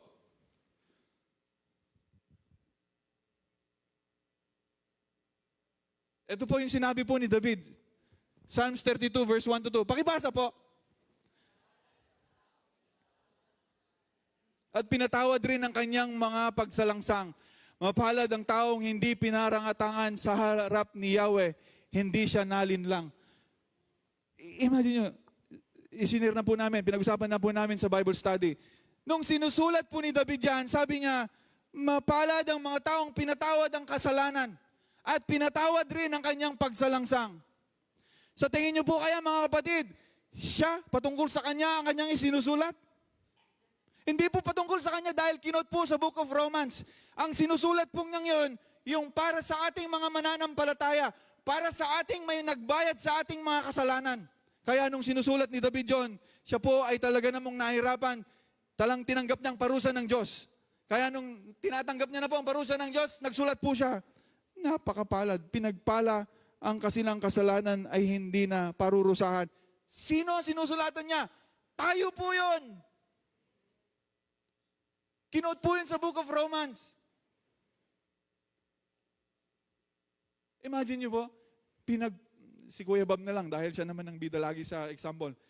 Imagine niyo si King David, pinagpala ka Bob. Sabi ni King David, yung kasalanan mo, hindi na pinarusahan dahil may naparusahan na para sa'yo. Hindi kay King David yon dahil tinanggap niya po ang parusa ng Diyos. So imagine niyo po, yung buhay ni David, nagamit ng Diyos, para saan? Para maipahayag ang pagpapatawad na gagawin ng Panginoong Hesus sa mga mananampalataya sa Kanya. Andyan pa po. A life of Jonah. Alam niyo po ba, makikita rin natin si Jesus Christ sa life of Jonah. Sino mag-aakala? Basahin po natin. May time pa tayo. Sa 30 minutes pa lang ako. Sinabi po, ang mga tao po ay humingi ng senyales sa Diyos. Sinabi po ng Panginoong Hesus, sinabi naman sa kanya ng ilang nakapagturo ng kautusan at mga Pariseo, Guro, maaari mo po bang magpakita kayo sa amin ng isang palatandaan, senyales, nung siya po ay nagtuturo. Ano po ang senyales na sinabi ng Panginoong Hesus? Sumagot si Hesus, lahing masama at taksil sa Diyos. Naghahanap kayo ng palatandaan, ngunit walang ipapakita sa inyo, maliban sa himalang nangyari kay Propeta Jonah. So imagine nyo, yung nangyari sa life of Jonah, hindi lang basta nangyari yon. Inalaw ng Diyos na mangyari yon para po ma-prophesy niya ang gagawin ni Jesus Christ na siya namang ipapalaganap na mensahe ng disipulo. At ang sagot po, bakit yun nangyari? Para sa kapakanan ninyo. So tingnan mo natin, basahin mo natin kung paano si Jonah ay nasa 3 araw, 3 gabi, nasa tiyan ng dambuhalang isda. Imagine nyo, even yung isda, hindi po nagkataon yung isda. Sorry po. Yun, isda, ginamit din ng Diyos para mailarawan ang gagawin ni Jesus Christ. Ang anak ng tao ay 3 araw at 3 gabi ring nasa ilalim ng lupa. Sa araw ng paghukom, tatayo ang taga Ninive at sasaksi sa laban sa lahing ito, sapagkat nagsisi sila matapos pangaralan ni Jonas, ngunit higit pa kay Jonas ang naririto. Isipin niyo po, nag-preach si Jonah. Sila po ay tinanggap nila yung preaching niya. yun daw pong mga nataga Ninive, mawi-witness din yung paghuhusga ng Diyos. Bakit sa henerasyon na ito ayaw tanggapin si Jesus Christ? So imagine niyo po, even the story of Jonah, akala natin ay ano lang, kwento ng mga bata. Yun, pati yun. Inalaw ng Diyos para lang po mailarawan si Jesus Christ. Andyan pa po kayo. Malapit na po, konti na lang. Sino na po? Si Ruth. Ruth. Alam niyo po ba si Ruth? Hindi lang basta nangyari ang kwento ng Ruth. Ito po yung mensahe para sa mga hintil. Si Ruth po ay Moabites. Pero si Ruth po ay nakatanggap ng pagpapala sa Diyos ng Israelites. Sa atin po, tayo po ay mga Pilipino. Paano kayo tatanggap ng pagpapala ng Diyos ng Israelites? Isa lang po ang sinabi ni Ruth, ang Diyos mo, Diyos ko na rin. Ang tao mo, tao ko na rin. He believed in the God of Israel. Tayo po, paano tayo nakatanggap ng pagpapala sa Diyos? We believe in Jesus Christ, the God of Israel, the God of Abraham, Isaac, and Jacob. Amen? So yung animal sacrifices, eto po. Mamaya po makikita nyo, maintindihan nyo. Yung animal sacrifices, every day, every week, every year, every month, may pag-aalay po ng mga hayop, pagpapadugo ng mga hayop. Alam niyo po, iyon ay inordina ng Diyos para maintindihan natin sa ating panahon na hanggat walang dumadanak na dugo, walang mapapatawad na kasalanan. Ito'y paglalarawan, kapatid, na masusumpungan lang natin ang kapatawaran ng kasalanan sa pamamagitan ng dugo. At yun ay ang Panginoong Jesus, dugo ng Panginoong Jesus. So even yung mga animals, ginamit para lang isend yung message about Jesus Christ. Andyan pa po kayo. Pati yung priesthood, Ark of the Covenant, it's about Jesus Christ. So isipin niyo po, ang mga tao sa Old Testament time, ginamit ang kanilang buhay. Nagdusa, iba sa kanila ay namatay. Para saan? Para ilarawan ang gagawin ng Panginoong Yesus. Nakita natin ang ginawa ng Panginoong Yesus. The suffering, the death, and resurrection of Jesus Christ. Nakita po natin yon. After po ng Panginoong Yesus, ito yung mga disciples, pinangaral din si Jesus Christ. Nagamit ang kanilang buhay. Nagdusa, namatay. Sa pagpapalaganap, sa kaganapan ng ginawa ni Jesus Christ. So imagine niyo po yan. Itong mga taong ito, nagamit ang kanilang buhay para kay Jesus Christ, maipahayag yung ginawa ni Jesus Christ. Itong mga taong ito, namatay, nagamit ang kanilang mga buhay para ipahayag din si Jesus Christ. Upang sa bawat isa sa atin, manampalataya tayo kay Jesus Christ. Dahil sa pamamagitan ni Jesus Christ lamang, dun kayo maibabalik ng Diyos sa kanyang presensya. Wow. Nung binasa ko po ito, talagang huminto po ako, Lord, ganun mo ako kamahal? Ganun mo ako kamahal? Lubos ko po. Tingnan niyo po, no?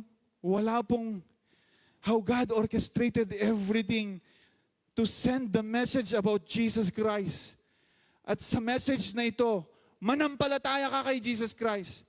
Upang sa pananampalataya mo, maibalik ka na ng Diyos sa kanyang piling. Hindi niyo ba nararamdaman yung pag-ibig ng Diyos sa inyo? So sabi ko, Lord, napaka-special ko naman. Ginamit mo si King David, si King Solomon, ginamit mo si Abraham, Jonah, ginamit niya po lahat yun para makilala ko si Jesus Christ. Ginamit niya rin yung mga early disciples, lahat sila ginamit para sa aking kapakanan. So nakita niyo po, wala pong pagkakamali sa ginawa ng Panginoon. Nakaplano po, napakaganda ng plano ng Diyos. Amen po? Para po yung isang kwento ng mga kapatid ng magsasaka. Nung pagkatapos pong galing sa bukid, umuwi po siya sa kanilang bahay, naupo sa isang santol. Alam niyo na po yung kwentong yon? Dito kung hindi kayo tumawa, hindi kayo nakikinig sa akin. Napaghahalatang nakatulog kayo pag hindi kayo tumawa. Yung magsasaka umuwi, dahil sa sobrang pagod niya, naupo siya sa ilalim ng santol. Tumingala siya, nakita niya yung santol. Yung native na santol. Sino nakakita ng native na santol? Maliit di po ba? Ang liit. Nung nakita niya, hindi nag-iisip ang Diyos, no? Sabi niya, ang taas-taas na puno, ang liit ng bunga, sabi niya. Andiyan po kayo? Talagang hindi nag-iisip ang Diyos. Sabi, ang taas ng punong ito, ang liit ng bunga, sabi niya. Nung tumingin siya sa baba, nakita niya yung kalabasa. O, tamo na? Hindi nag-iisip ang Diyos. Itong kalabasang ito, ang liit-liit, ang laki ng bunga. Humangin na malakas. Nalaglag yung santol, nalaglagan yung ulo niya. Sabi niya, ang talino ng Diyos. Kung itong santol kasi laki ng kalabasa, patay na ako, sabi niya. Andiyan po kayo, ang laki. Imagine mo yung malaking kalabasa babagsak sa ulo mo.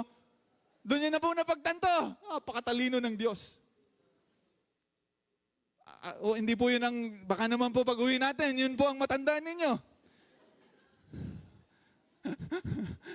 Alam niyo po, nung sinesend po ako sa Jeddah, may mga sisingit po na pampagising. Tapos after po ng gawain, magsasabi po sila sa bawat isa, ang ganda ng lesson, ano? Tapos tatanungin, ano natutunan mo? Basta maganda. Tapos yung joke sasabihin niya, yun lang joke ang natira. Huwag naman po sana. Huwag naman po sana ang ganun ang mangyari sa bawat isa sa atin. Minsan pa po, lahat ng nangyari sa Biblia, the Old Testament time, most of the stories in the Old Testament times, inilalarawan ang gagawin ni Jesus Christ. Pagkatapos ni Jesus Christ, kapatid, mga disipulo na gamit ang kanilang buhay, palairalawan naman ang ginawa na niya. Upang sa bagay na ito, mga kapatid, makita natin si Jesus Christ at manampalataya tayo sa Kanya. At sa pamamagitan ng pananampalataya niyo kay Jesus Christ, maibalik kayo ng Diyos sa Kanyang presensya. Wow! Andiyan po kayo? Lahat! Yung reflection po, pakibasa po natin yung reflection natin. God has done everything beyond comprehension to bring you back into His presence. Lahat ginawa na ng Diyos para lang maibalik ka na niya sa Kanyang piling. Hello, andyan pa po kayo? Dito ko po lubos na naintindihan. Sabi po sa ating pong Biblia, sa isang makasalanan na tumanggap sa Panginoong Hesus, dito nyo maintindihan ito. Dati po, akala ko, okay. Sa isang makasalanan, matatapos na po ako. Sabi po, sa isang makasalanang tumanggap at manampalataya sa Panginoong Hesus, ano daw ang mangyayari sa kalangitan? Ano po? Oh, wow. Ganda ng Bible reading ninyo, ano? Sa isang makasalanan, nagdiriwang ang kalangitan, sabi po ng ating pong Bible. Amen? Sabi ko noon, nagdiriwang ang kalangitan sa isang makasalanang tumanggap sa Panginoon. Lord, totoo kaya ito? Naranasan nyo na po ba? Or picture nyo na lang. Yung inimbitahan kayo ng big boss nyo, tapos nandun ka, kasama mo yung big boss mo. Tapos inimbitahan din yung taong ayaw mo. Pagdating niya, kapatid, uy, nandito yung ayaw kong tao. Pero dahil ngayon big boss mo, natutuwa siyang nandun siya, ikaw natutuwa ka na rin. Akala ko ganun po ang kalangitan. Dahil nga nagdiriwang ang Diyos, o baka makita tayo ng Diyos, hindi tayo nag-celebrate. Akala ko nakikiselebrate sila. Hindi pala, kapatid. Nag-celebrate ang kalangitan. Dahil ang buong kalangitan, ginamit ng Diyos para maibalik ka niya sa kanyang presensya. Imagine nyo na lang. Alam niyo po ang pinakamagsisigaw? Ito po ay totoo. Alam niyo po sino ang sisigaw ng napakalakas sa isang taong tatanggap kay Jesus Christ? Kung sakali man, ang mga tupa ay may pangalawang buhay. Kung ang mga kambing na inilalay, mga kapatid, ay nasa kalangitan, naku po, sobrang dami ng kambing na yon. Sobrang dami ng tupang yon. Starting from Moses' time until Jesus Christ, araw-araw, linggo-linggo, buwan-buwan, taon-taon may kinakatay para mailarawan si Jesus Christ at tanggapin mo si Jesus Christ. Kaya po pagka nandun sila, grabe po siguro, bilyong-bilyong tupa. Hindi malaman kung paano magse-celebrate. Kasi bakit? Nabuwis ang kanilang buhay para maintindihan mo ang gagawin ng Panginoong Hesus. Siguro po yung mga tupa hindi na alam. Tatanggap na ba siya? Tatanggap na ba siya? Maniniwala na ba sa Jesus Christ? Siguro po yung mga tupa nagkakagulo, bilyong-bilyong tupa. Dahil ang daming namatay na tupa. Kaya po ang kalangitan, doon ko naunawaan, bakit magse-celebrate ang kalangitan sa isang makasalanan? Oh, wow. Kasi bakit? Lahat ng kalangitan, ginamit ng Diyos. Even angels, even clouds, even sun, even moon, ginamit ng Diyos yan para maintindihan mo kay ang Panginoong Jesus, maintindihan mo ang gagawin ng Panginoong Jesus. Ngayon, kung napunta ka na sa puntong naintindihan mo na ang ginawa ni Jesus Christ sa buhay mo, I can see heavens roaring, kapatid. Roaring for celebration. Naintindihan mo ang mensaheng ipinadala sa iyo ng Diyos. Andyan po kayo?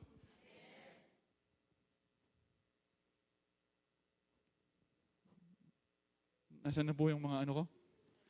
Sige po. Akala ko nandito na. Rapture? Hindi naman po. Naalala ko po yung isang pastor namin. Bago po ako magtapos. Sige po, can I just invite the worship team? Bago po ako magtapos, yung aming pong pastor ay gusto niya po yung tahimik na lugar. Pastor po sa Saudi noon po yan. Ako po ay faithfully devoted sa CLCC. Masabi ko lang po. Okay lang po. Yung isang pastor po namin, gusto niya yung tahimik na lugar. Nagpunta siya sa sementeryo. Doon siya nagbabasa sa sementeryo, sabi niya. Tapos nakita niya walang tao. Tapos may nakita niya daw po na puntod, bukas. Siya po ay umiyak, Lord, hindi ako napasama sa rapture, sabi niya. Yung pala kapatid. Tadyang bukas lang yon. Mga tao na lumabas na, siya na lang natira. Hindi sila na to. Amen. Thank you, Lord Jesus. Minsan pa, uulitin ko. Ano po ang mensahe? Lahat ginawa na ng Diyos para manampalataya kayo kay Jesus Christ upang sa pananampalatayang yan, maibalik kayo ng Diyos sa Kanyang presensya. Welcome home. Welcome home. Amen. Yung palakpak po bang yan ay natutunan, natanggap, o nakita niyong pumalakpak yung big boss?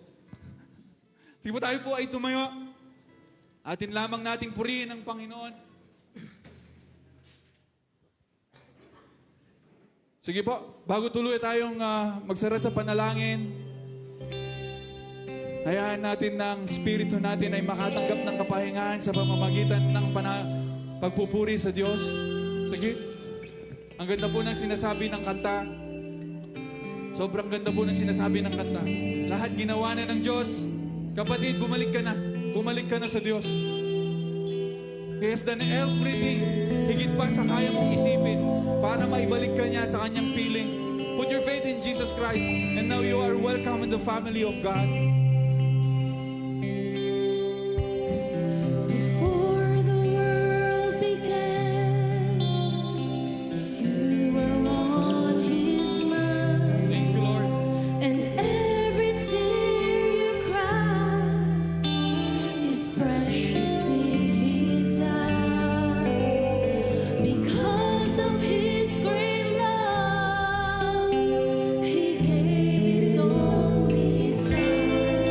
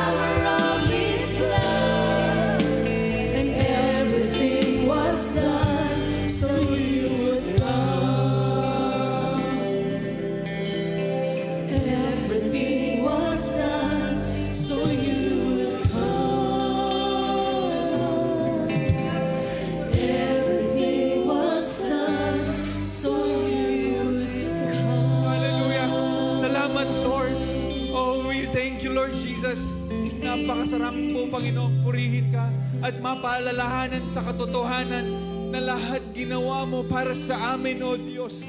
Lahat ginawa mo, O Diyos, para sa amin upang maibalik kami sa iyong piling, O Diyos. So here we are, O God. Here our lives, Lord Jesus. Rito po ang aming mga buhay, Panginoon, O God.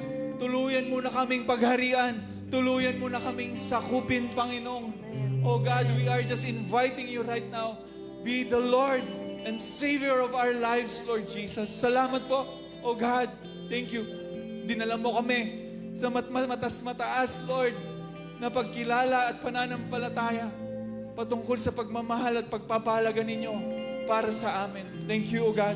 Lord, dalangin ko po, nalalabas po kami, O Diyos, sa simbahang ito, punong-puno at taglay ang alaala ng katotohanan mahal kami ng Diyos. O God, paglabas namin dito, O God, may our eyes, Lord, may our minds, our hearts be occupied by the truth that you love us so much, Lord Jesus. The Bible describes you love us so much. It's not just you love us, you love us so much. Yun po ang nadala namin, Panginoon, pag alis namin dito. Ang alaala, Lord God, ng katotohanan. Mahal na mahal kami ng Diyos. Salamat po, purihin ka. We give you praises. We give you honor. Salamat po, Panginoong Jesus. Sige po, tayo po ay mag-break. Paki-ano na lang po. Paki-distribute na po yung ating pong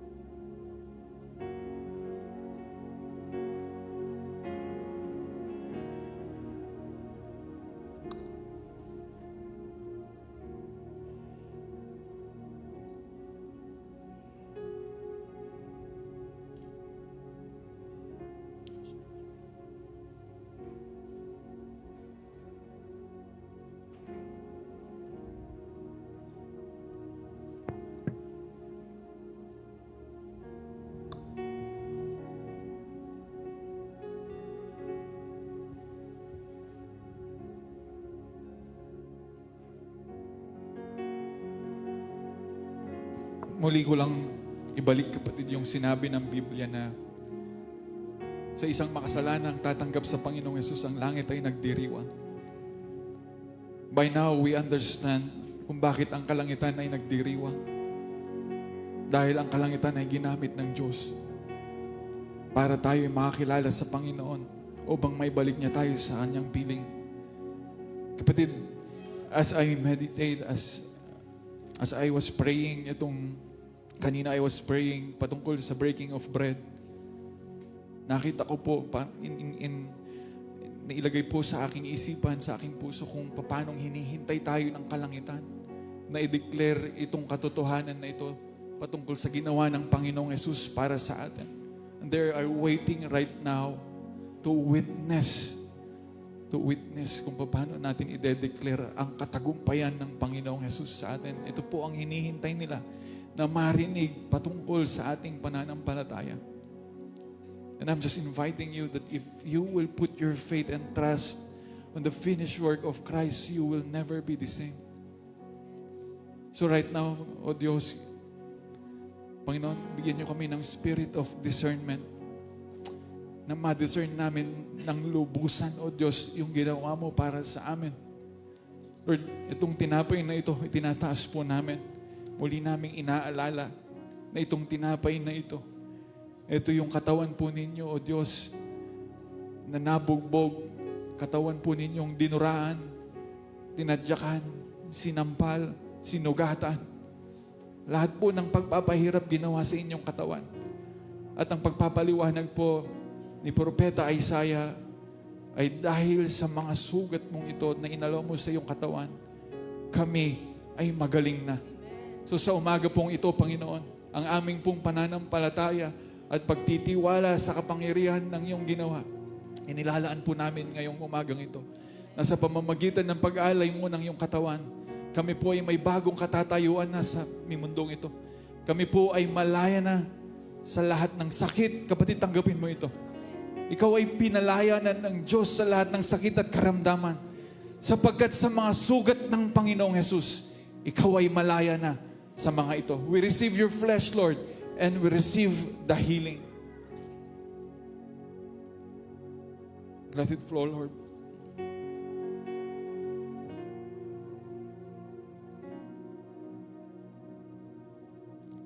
Ganon din po, Panginoon. Maliwanag na po sa bawat isa sa amin ang pamantayan ninyo. Inilarawan na po sa lumang tipan, Panginoon, kung paano ang mga dugo ng hayop ay dumanak upang maipaunawa mo sa bawat isa sa amin na hanggat walang dumadanak na dugo, walang mapapatawad na kasalanan. At salamat, O Diyos, sa aming panahon, Panginoon, the final offering, the final blood, the blood of Jesus Christ. Yun po ang nagpatawad sa lahat ng aming mga kasalanan.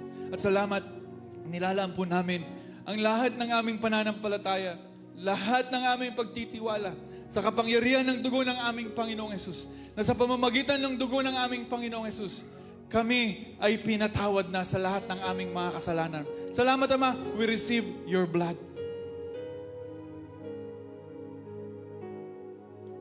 Thank you, Lord Jesus.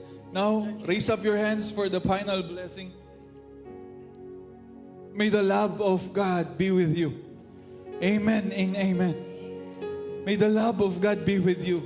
Sa lahat ng pupuntahan mo, sa lahat ng gagawin mo, may you be conscious of the love of God. May the grace of our Lord Jesus Christ be with you. The grace that sustains us in everywhere, in everything. May it be with you. And may the communion of the Holy Spirit, the Holy Spirit that leads you into the very will of God, be with you now and forever. In Jesus' name, amen and amen.